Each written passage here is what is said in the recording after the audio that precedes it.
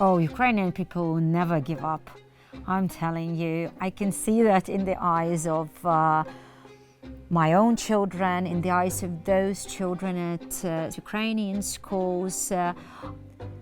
They are the sons and daughters of their mothers and fathers who are fighting for Ukraine.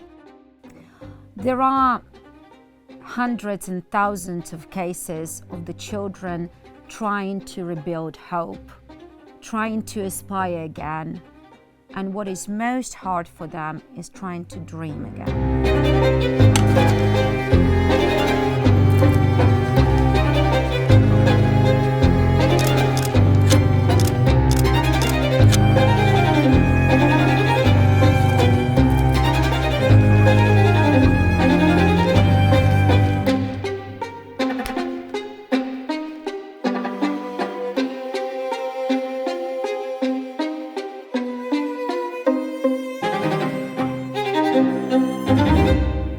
Hello, my name is Inna Hryhorovich. I'm Ukrainian at my heart, my soul, my genetics, and my mission. On the 1st of June, on the Children's International Day, we asked our displaced Ukrainian children in one of our primary age locations to draw their dreams. And what came out of it was slightly unexpected. They drew normality. And usually childhood is about crazy dreams.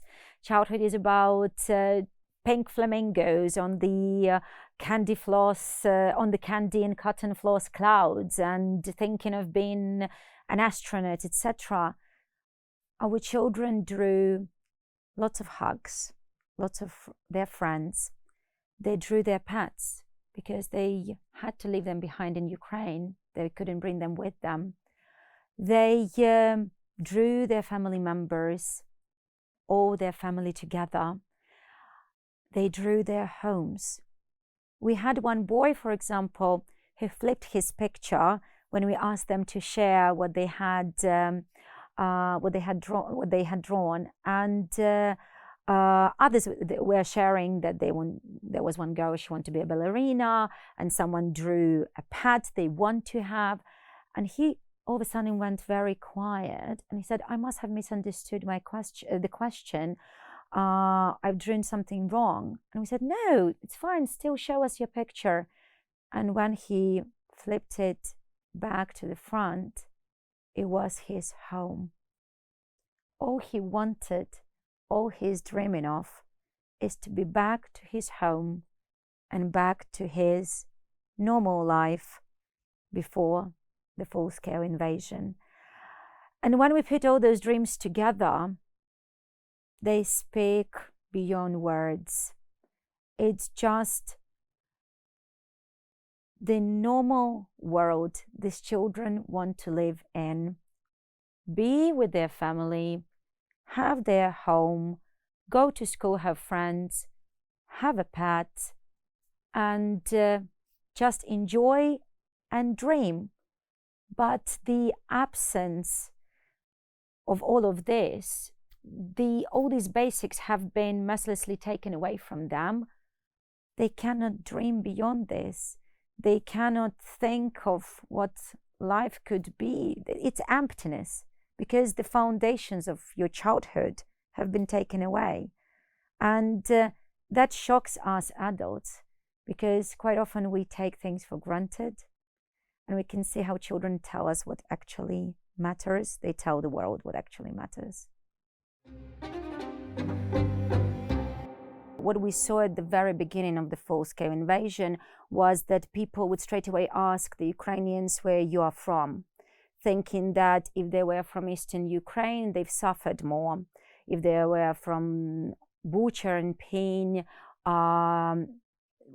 who've experienced the highest crimes of war, their trauma is deeper. It is, in some cases. In some cases, it's unpredictable whose story is more horrific. All of these children have lost their childhood. We've got a young girl being just 15 years old and having suicidal thoughts because she cannot understand why she had to leave everything behind, including her father, and come to some safety. Because when you're a teenager, you don't care about physical safety. You want to be in your social circle. You want to be where you can build your dreams. You can build your future aspirations on the land that's made you you.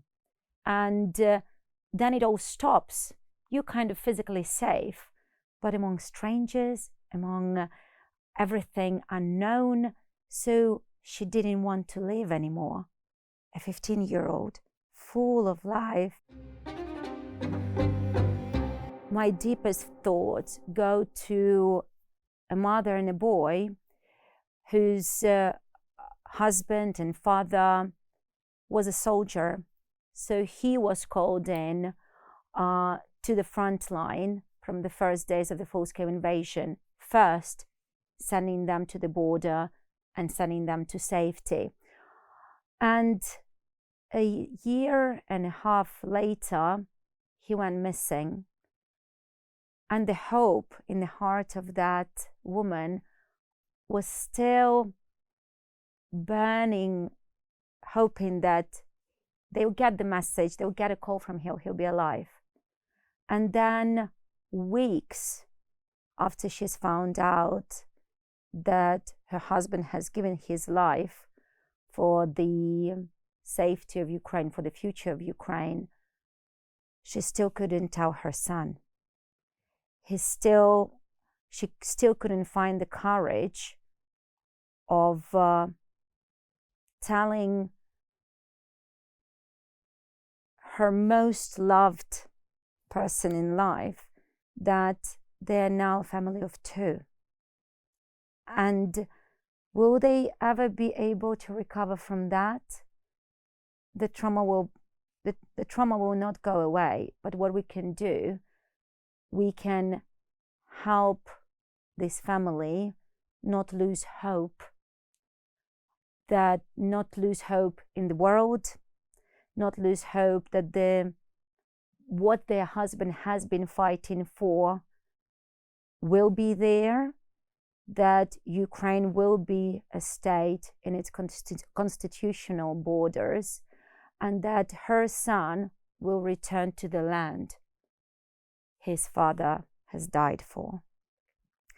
There are hundreds and thousands of cases of the children trying to rebuild hope while being here, far away from homeland, far away from fathers, far away from brothers, grandparents, trying to aspire again. And what is most hard for them is trying to dream again. Oh, Ukrainian people never give up.